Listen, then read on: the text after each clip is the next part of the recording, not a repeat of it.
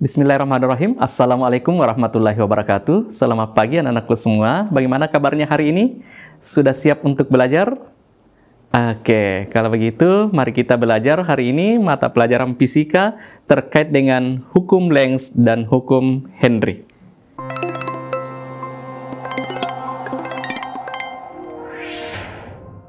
Baiklah anak-anakku sekalian, adapun tujuan pembelajaran kita hari ini adalah diharapkan kepada anakku sekalian dapat memahami dan menerapkan konsep hukum Lenz dan hukum Henry dalam pemecahan masalah dengan benar.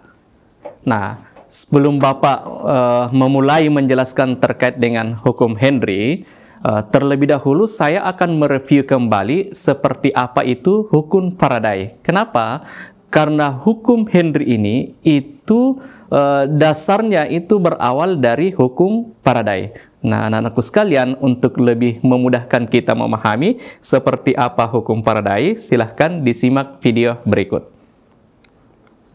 Jadi, perlu kita tahu bahwa si Faraday ini, dia ingin membuktikan apakah magnet itu dapat menghantarkan listrik atau tidak. Nah, dia mengambil sebuah lilitan, lalu didekatkan dengan lalu magnet ini didekatkan ke lilitan tersebut. Nah, ternyata ketika didekatkan atau dijauhkan magnet ini, jarum pada galvanometernya itu bergerak ke kiri dan ke kanan.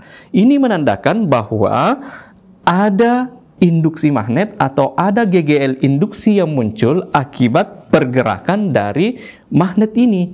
Nah, sebagai akibatnya akan terjadi perubahan flux magnet yang akan menimbulkan atau menghasilkan GGL induksi sehingga dapat menghantarkan arus listrik. Nah, namun Michael Faraday ini belum menentukan kemana arah arus induksi itu. Nah, inilah yang dilanjutkan oleh Lenz. Nah, lalu kemana aliran arus induksi dalam kumparan tersebut? Nah, untuk menentukan seperti apa atau kemana arah aliran arus induksi dalam sebuah kumparan, itu akan dijelaskan oleh Heinrich Friedrich Emil Lenz.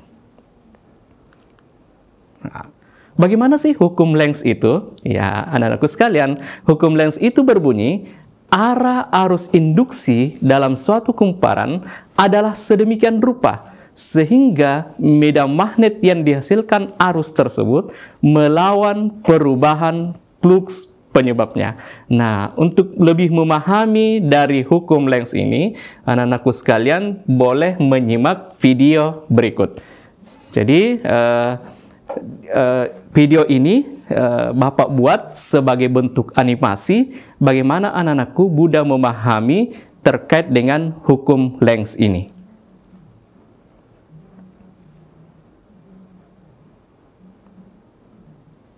Oke, jadi Lenz ini menyiapkan galvanometer, kemudian ada solenoida, kemudian ada resistor, dan ada magnet batang. Saat magnet ini didekatkan, nah ternyata jarum pada galvanometer itu menyimpang ke kanan. Nah, jadi coba diperhatikan, jadi ketika didekatkan, jarum galvanometernya dia menyimpang ke kanan.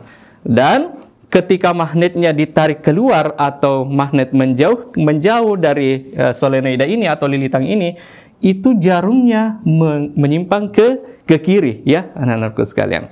Nah, sekarang kita animasikan lagi, kira-kira bagaimana pengaruh arah arus dengan jarum yang ada pada galvanometer ini.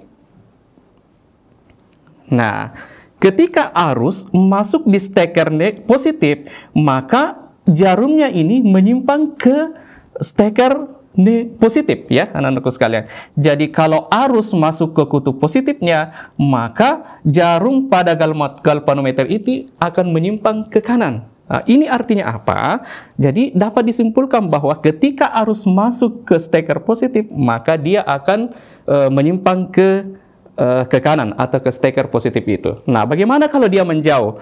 Kalau dia menjauh, nah ternyata dia menyimpang ke kiri. Kenapa? Karena arusnya dari negatif ke positif. Jadi karena arusnya masuk di kutub negatifnya, berarti stekernya atau jarum pada galvanometernya itu akan menyimpang ke kiri. Hal ini juga dapat ditentukan dengan menggunakan kaidah tangan kanan ya anak-anakku sekalian. Jadi dengan melihat animasi ini atau video ini, anak-anakku sekalian bisa lebih mudah memahami bagaimana arah arus induksi sendiri. Anak-anakku sekalian, sudah kita tahu bahwa ketika ada dua magnet yang didekatkan, saat dia kutubnya yang sama, maka dia akan tolak menolak. Kemudian kalau kutubnya berbeda, maka dia akan tarik-menarik. Tapi lain halnya dengan peristiwa hukum Lenz. Ya, lain halnya dengan peristiwa hukum Lenz. Dia akan menolak perubahan yang menyebabkan dia berubah. Untuk lebih memahami anak-anakku sekalian, kita masuk ke sini ya. Jadi arah arus induksi. Nah, dari video tadi kita bisa membuat sebuah rangkuman. Kira-kira bagaimana cara menentukan arah arus induksi itu sendiri? Nah, anak-anakku sekalian, untuk menentukan arah arus induksi ini, kita menggunakan aturan tangan kanan, ya. Jadi kita menggunakan aturan tangan kanan. Nah, jadi ibu jari ini kita anggap sebagai medan magnet atau medan induksi. Kemudian yang keempat jari ini itu kita maksudkan sebagai arus induksinya, ya, arus induksinya, ya, anak-anak sekalian. Jadi perlu diingat, ibu jari sebagai medan magnet, kemudian keempat jari ini adalah sebagai arusnya, arus induksi. Nah, di sini Bapak akan berbagi tips, ya, akan berbagi tips terkait dengan penentuan arah arusnya nanti, ya, penentuan arah arus dan medan induksi. Nah, tipsnya adalah ibu jari itu menuju kutub utara. Jadi ibu jari menuju kutub utara. Kemudian empat jari yang lainnya itu menunjukkan arah arus. Nah, jadi dia menunjukkan arah arus. Kemudian kutub utara kita menganalogikan sebagai ulama. Jadi ini hanya sebagai analogi ya anak-anakku sekalian. Kemudian kutub selatan atau S itu saya analogikan sebagai setan. Nah, analoginya seperti ini anak-anakku sekalian. Kalau ulama mendekati sesuatu, maka yang didekati itu akan menjadi ulama juga. Kalau ulama menjauhi sesuatu, maka yang dijauhi itu akan menjadi apa kira-kira? Iya, menjadi setan. Kalau setan mendekat, maka yang didekati akan menjadi setan. Kalau setan menjauh, maka yang dijauhi itu akan menjadi ulama. Kan begitu ya logikanya anak-anakku sekalian. Ini hanya menganalogikan ya anak-anakku sekalian, supaya mudah memahami cara menentukan arah medan induksi dan arah arus induksi. Nah, di sini Bapak sudah membagi 4 kasus ya. Jadi kasus pertama, magnetnya mendekati solenoida atau lilitan atau kumparan ya anak-anakku sekalian. Kebetulan yang mendekat di sini adalah kutub utaranya ya, kutub utara yang mendekati. Ingat, utara diidentikan dengan ulama. Kalau ulama mendekat, berarti yang didekati akan jadi ulama. Berarti di sini adalah atau kutub utara. Berarti selainnya tinggal S ya, berarti di sini adalah S.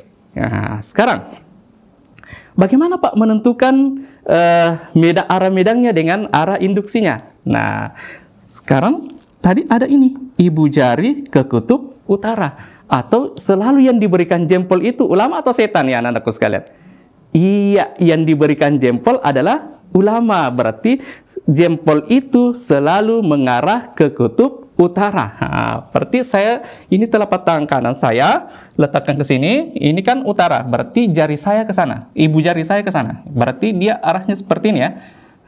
Seperti ini, berarti dari sini ke sini, ini adalah arah B induksi, medan induksinya.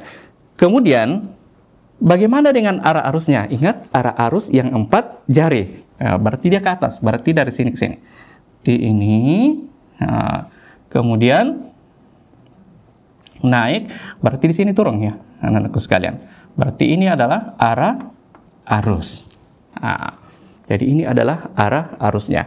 Nah, sekarang di video tadi sudah ditahu bahwa di mana arus masuk, berarti galvanometernya atau jarumnya menyimpang ke arus masuk, nah, ke arus yang masuk. Nah, berarti jarumnya kemana? Ke kiri atau ke kanan? Iya, tepat sekali, ke kanan. Jadi jarumnya menyimpang ke sini. Nah, sekarang kasus yang kedua. Dari contoh tadi, mungkin anak-anakku sudah bisa ya menentukan arah induksinya dan arah medan induksinya. Nah, di sini menjauh, U-nya menjauh. Ingat, kalau ulama menjauh, berarti yang dijauhi jadi apa? Iya, jadi setan atau jadi kutub selatan. Berarti di sini adalah S. Berarti selebihnya tinggal U. Nah, sekarang arah ibu jari kemana? Iya, ke U. Berarti arah medannya ke sini. Jadi ini adalah B induksi. Nah, sekarang arah arusnya kemana? Nah, diarahkan seperti ini. Jadi ini tangan kanan saya arahkan seperti ini. Ini ibu jari saya menuju ke kutub utara seperti ini. Berarti arah arusnya juga ke atas. Berarti ini, ya. Berarti ini ada arus. Kemudian di sini ke bawah. Oke. Berarti galvanometernya atau jarum pada galvanometer kemana? Iya, ke kanan juga. Jadi seperti ini. Nah, sekarang yang ketiga. Yang ketiga, kutub selatannya mendekat. Nah, bagaimana kalau kutub selatannya mendekat? Berarti setan yang mendekat. Kalau setan mendekat, berarti yang didekati jadi apa? Jadi setan juga. Nah, berarti di sini S. Jadi kutub selatan. Berarti selebihnya di sini adalah U. Nah, sekarang bagaimana dengan arah induksinya atau medannya? Nah, sekarang karena di sini utaranya, kutub utaranya, berarti arah tangan kanan saya harus seperti ini, ya. Berarti dia seperti ini. Berarti arah induksinya ke sini. Nah, jadi ini B induksi. Nah, berarti arah arusnya dari sini. Nah, berarti ini ke bawah. Inilah arah arusnya. Atas ya. Nah, berarti jarum pada galvanometer itu akan menyimpang ke kiri. Nah, dia akan menyimpang ke kiri. Nah, sekarang kasus yang keempat. S menjauh, berarti setannya menjauh. Kalau setan menjauh, berarti yang dijauhi jadi apa? Iya, jadi ulama. Jadi di sini jadi ulama.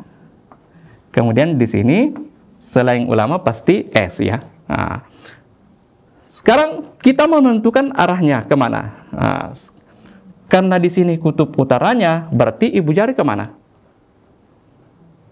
Di mana ibu jarinya? Nah, berarti dia juga seperti ini, ya.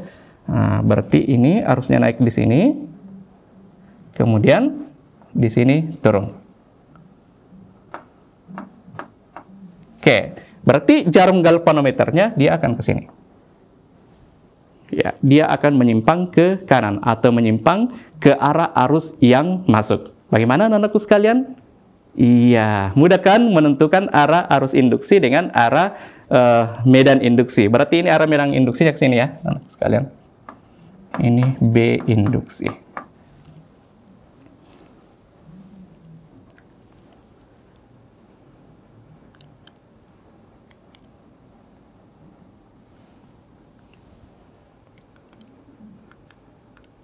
Nah, sekarang kita masuk ke persamaan hukum Lenz. Bagaimana sih persamaan hukum Lenz itu? Jadi di sini Lenz mengambil sebuah kawat dibentuk seperti persegi panjang. Kemudian di sini ada batang VQ yang ditarik ke kanan dan ke kiri. Kebetulan di gambarnya ini ditarik ke kanan dengan kecepatan V ya, anak-anakku sekalian. Nah, arah V merupakan arah penyebab perubahan. Nah, kemudian dengan aturan tangan kanan, maka arah I atau arah arus itu dari Q ke P. Nah, jadi Q ke P. Jadi itu seperti ini, ya, anak-anakku sekalian. Jadi ini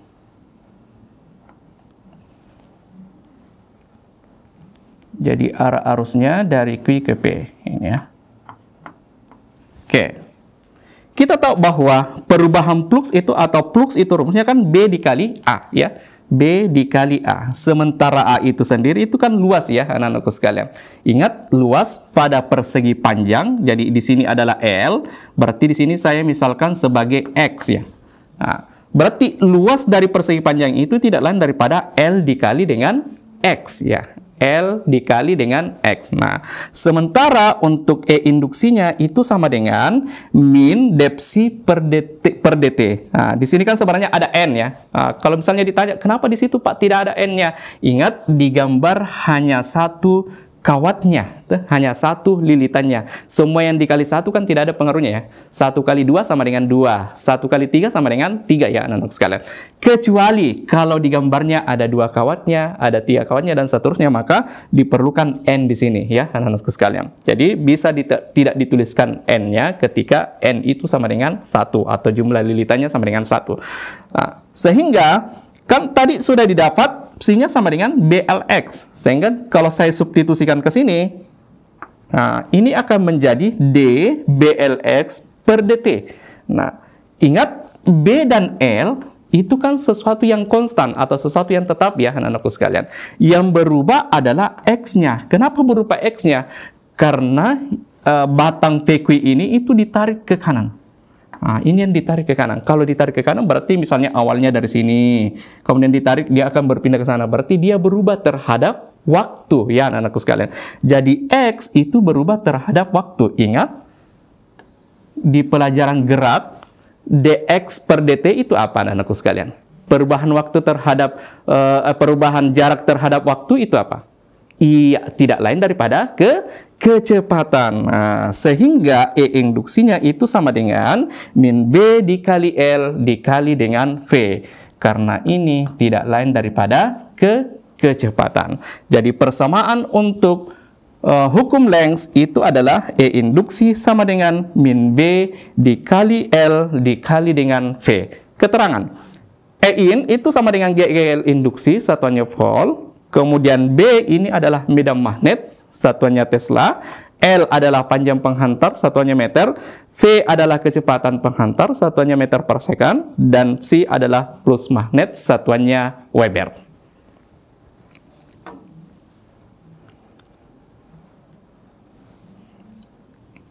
Nah, lanjut.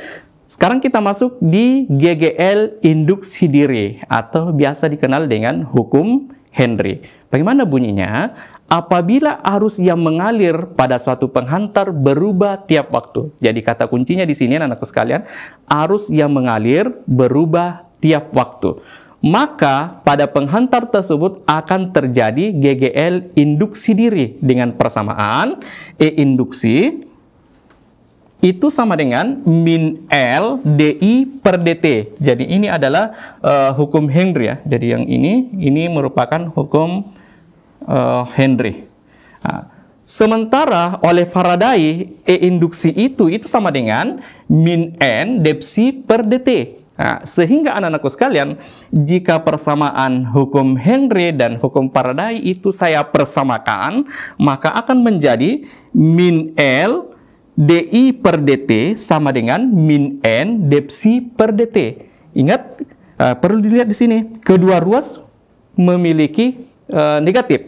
Berarti ini sudah berubah menjadi positif ya. Jadi kedua ruas ini negatif, ini juga negatif, berarti sebentar jadi positif.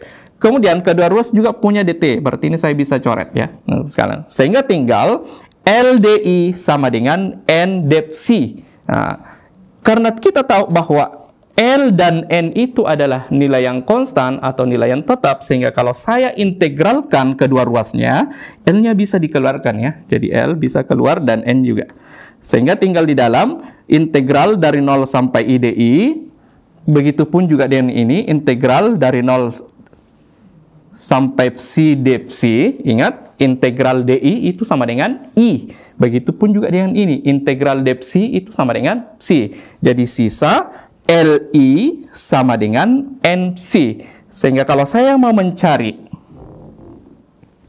L-nya itu sama dengan NC per I. Nah, tadi sudah didapat bahwa psi itu tidak lain daripada B dikali A, ya. Jadi B dikali A per I. Sehingga L sama dengan NBA per I. Keterangan Ein itu sama dengan GGL induksi, ya. Satuannya volt. Kemudian L induktangsi diri, satuannya Henry. Kemudian N adalah jumlah lilitan, dan B adalah medan magnet, satuannya Tesla. Kemudian psi adalah flux magnet, satuannya Weber, dan I adalah arus listrik, satuannya ampere, ya, anak-anakku sekalian. Sampai di sini ada yang mau bertanya, anak-anakku sekalian? Oke, kalau belum ada, kita lanjut, ya.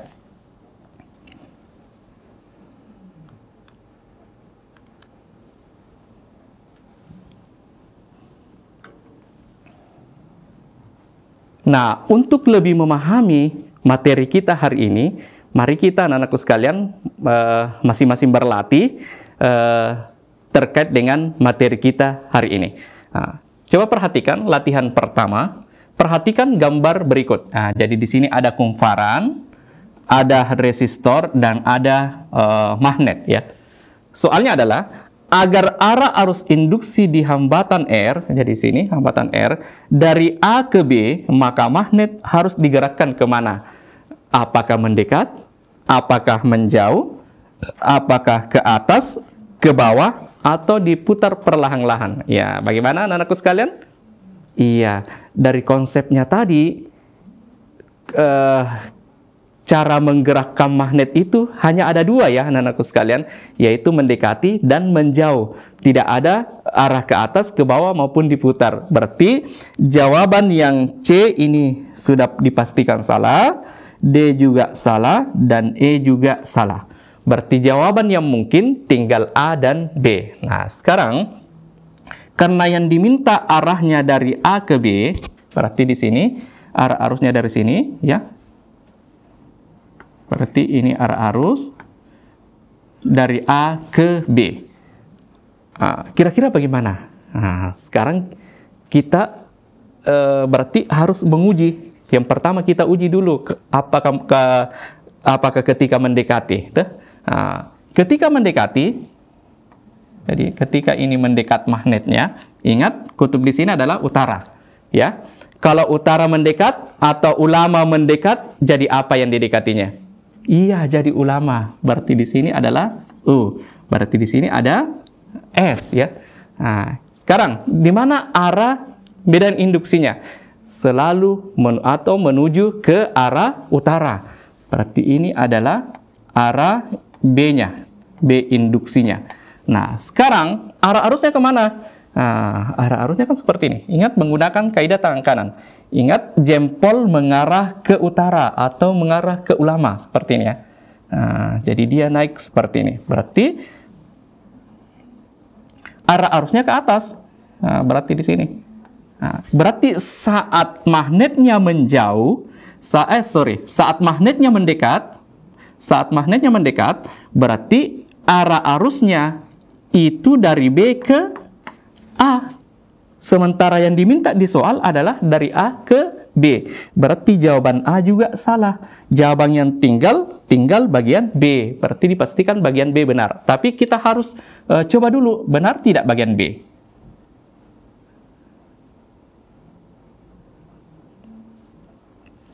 Nah, coba kalau dia menjauh. Oke, kalau dia menjauh berarti di sini kan kutub utara. Berarti di sini jadi apa? Kalau ulama menjauh berarti di sini jadi, iya, berarti di sini jadi setan. Di sini jadi U. Nah, kalau di sini jadi U berarti arah medan induksinya ke sini. Nah, jadi ini adalah B induksi. Nah, sekarang arah arusnya kemana? Nah, dia seperti ini.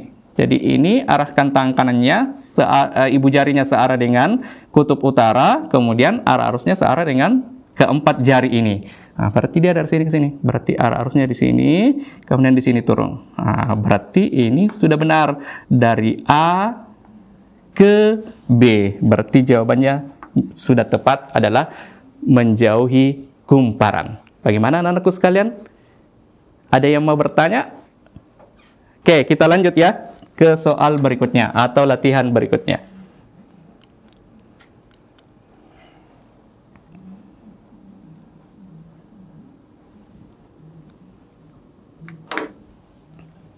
Oke.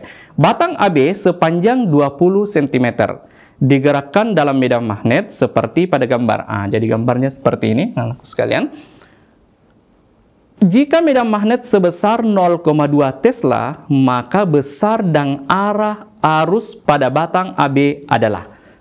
Sekarang langkah pertama kita harus tulis adalah apa diketahui ya anak-anak sekalian. Jadi coba kita tulis diketahui. Di sini ada panjang 20 cm ini ya. Berarti ini tidak lain daripada L-nya. Jadi diketahui L sama dengan 20 cm. Ini jangan lupa dirubah ke meter. 20 cm dirubah menjadi meter berarti 20 bagi 100. 20 bagi 100 berapa? Iya, 0,02 meter. Kemudian, apa lagi diketahui?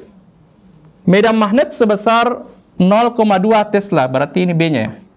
Jadi B sama dengan 0,2 T. Kemudian digambar, ditahu juga berapa hambatannya. Jadi R sama dengan 4 ohm.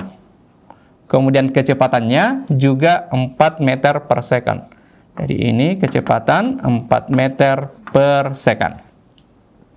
Nah, yang ditanya adalah arusnya, arah besar dan arah arus.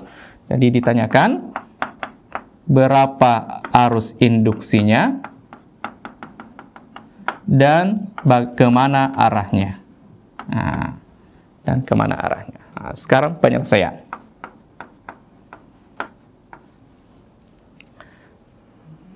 Nah, arus induksi itu kan persamaannya ini ya, anak sekalian.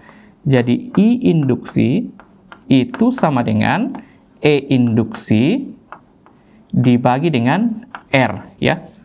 Nah, sementara E induksinya kan belum ditahu ya, anak-anakku sekalian. Berarti kita harus cari dulu berapa E induksi.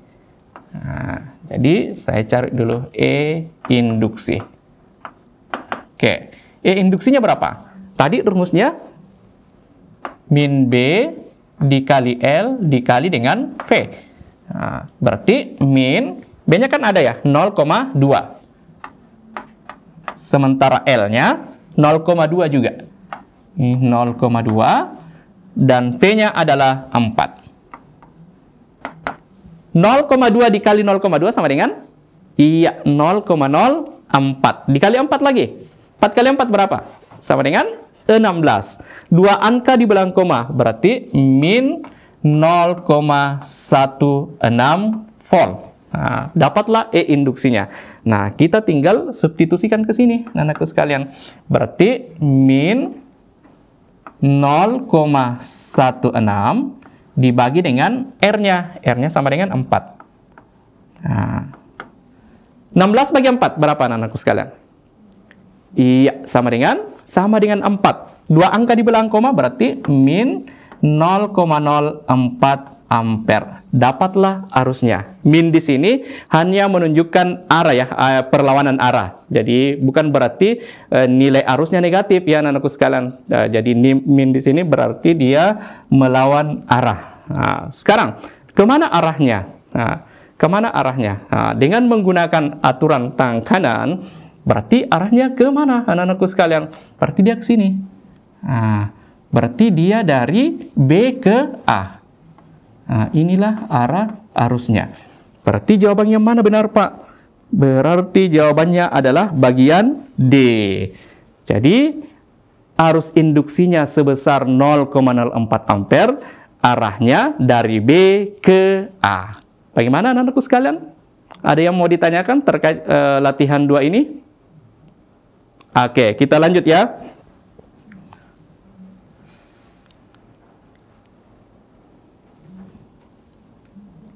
Nah, latihan 3. Kawat PQ panjangnya 0,5 meter. Digerakkan dengan kecepatan 100 meter per second. Jika daya yang dipakai pada hambatan sebesar 2 watt, maka besar induksi magnetiknya adalah berapa? Nah, di sini diketahui panjang ya, anak-anakku sekalian. Jadi V-nya, L-nya, sorry. Jadi diketahui L sama dengan 0,5 meter.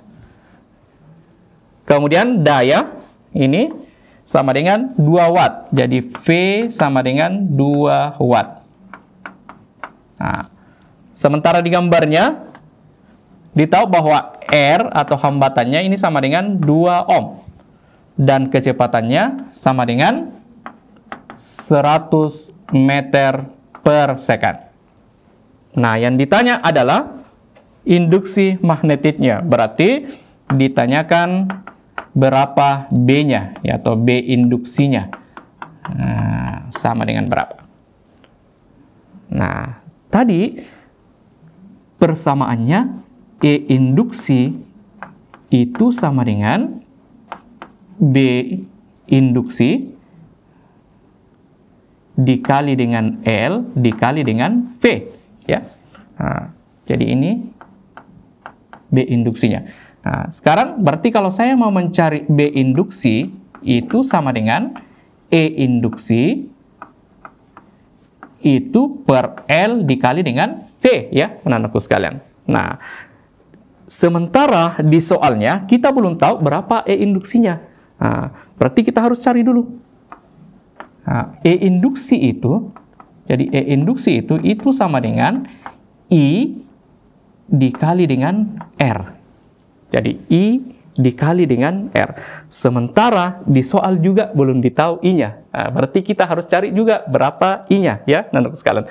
Nah, dengan diketahui daya dan R, berarti kita bisa hitung berapa arusnya, ya, anak-anakku sekalian. Nah, kita cari dulu berapa arusnya. Saya cari sini saja, ya, anak-anak sekalian. Jadi ada rumus daya itu sama dengan V sama dengan I pangkat 2 dikali dengan R, ya, anak-anak sekalian. Jadi kalau saya cari I-nya, berarti I pangkat 2 ini sama dengan V per R. Sehingga kalau saya hilangkan akarnya, berarti I sama dengan akar V per R. Nah, sementara di soal ditahu bahwa P-nya itu sama dengan 2. Nah, berarti di sini 2 dibagi dengan R-nya juga sama dengan 2. Berarti 2 dibagi 2 sama dengan 1. Berarti di sini sama dengan akar 1. Sehingga I sama dengan, ingat akar 1 sama dengan berapa? Iya, sama dengan 1. Jadi I-nya adalah 1 ampere. Nah, ini disubstitusi lagi ke sini, ya, anak-anakku sekalian. Berarti 1 dikali dengan R. R itu sama dengan 2. Nah, 1 kali 2 sama dengan 2 volt. Nah, dapatlah E induksinya. Nah, tinggal kita substitusi ke sini, ya. Nah, sehingga E induksinya 2 per L-nya 0,5 dikali dengan kecepatan. Kecepatan sama dengan 100. Nah, ini sama dengan 2 per 0,5 kali 100. Iya, sama dengan 50. Oke. 2 bagi 5 berapa, anak-anakku sekalian? Iya, sama dengan 0,4. 0,4 dibagi 10 lagi. Berarti 0,0. Iya, tepat sekali. 0,04 Tesla. Jadi jawabannya adalah bagian B. Nah, jadi besar induksi magnetiknya itu sebesar 0,04 Tesla, ya, sekalian. Bagaimana? Ada yang mau ditanyakan? Oke, kalau belum ada, kita lanjut ke latihan berikutnya.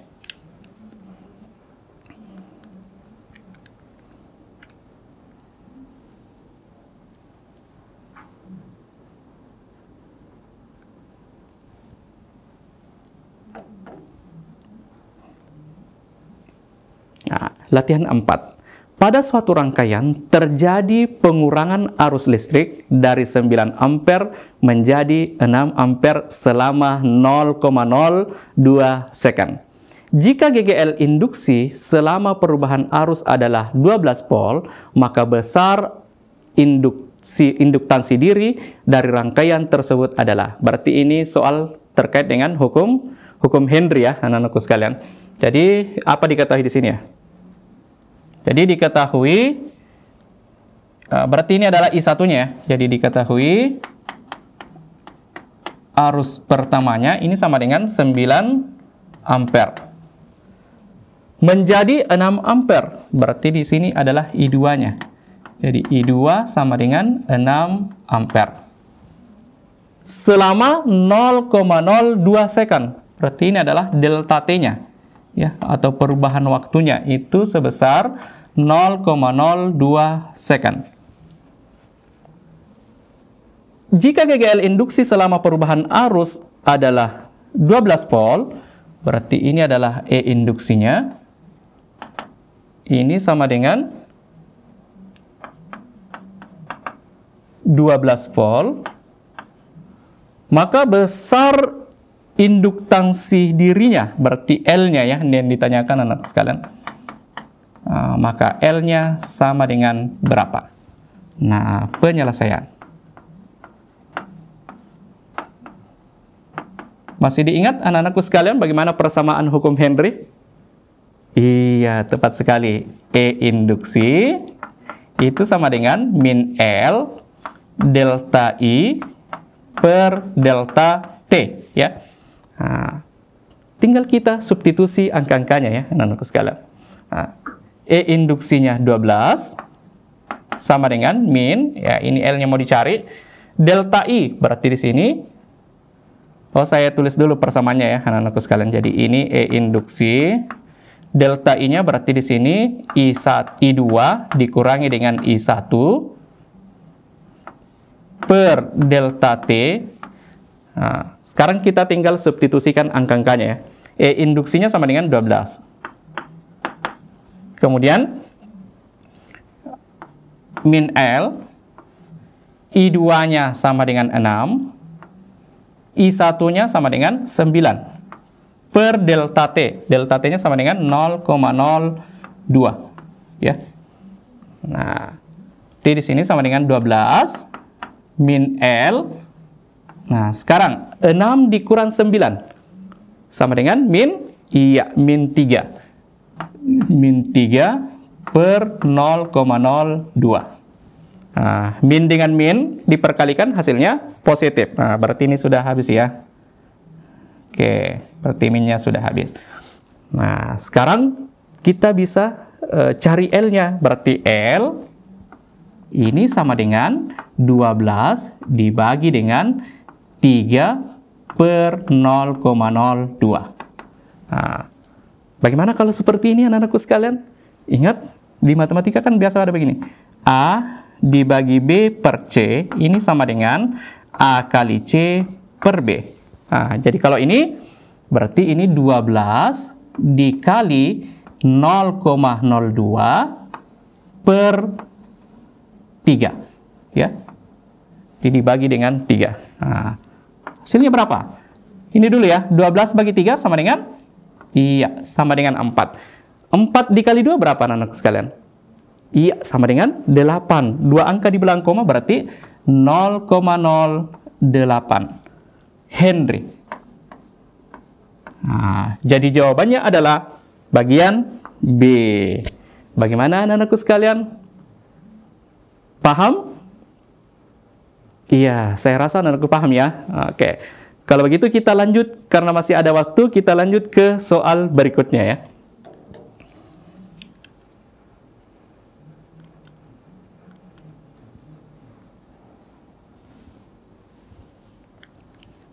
Jadi ini soal latihan 6, ini salah satu soal seleksi ya anak-anakku sekalian, jadi perlu diperhatikan dengan baik.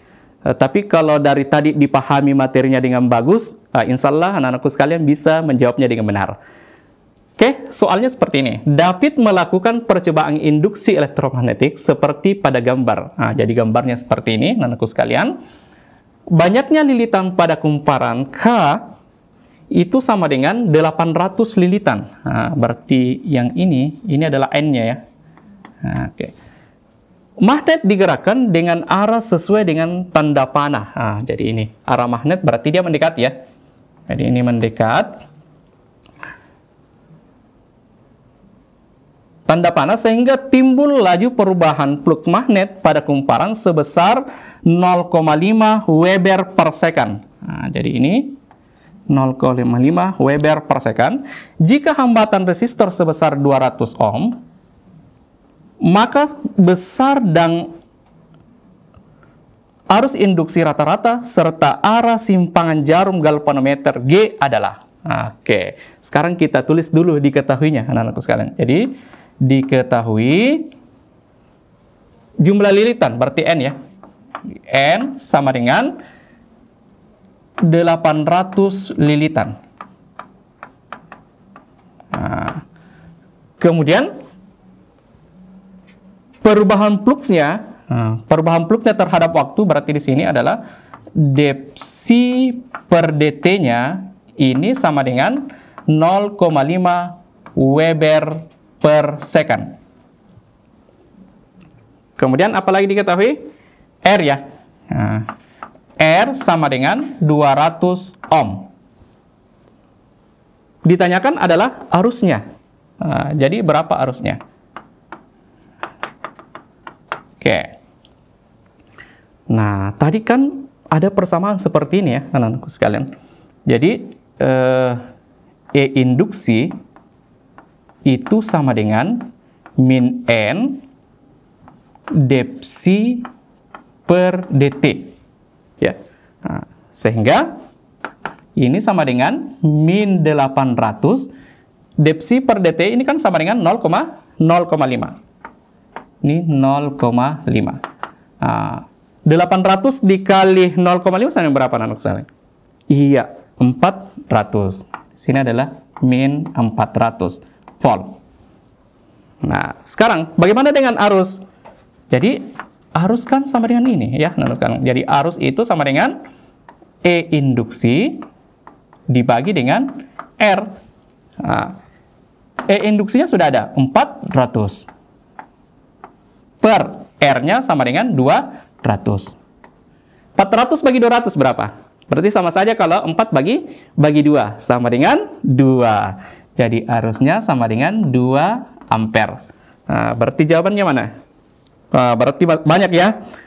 2A, B, dan C. Berarti yang dipastikan salah adalah D dan E. Nah, sekarang kita ke arah arusnya.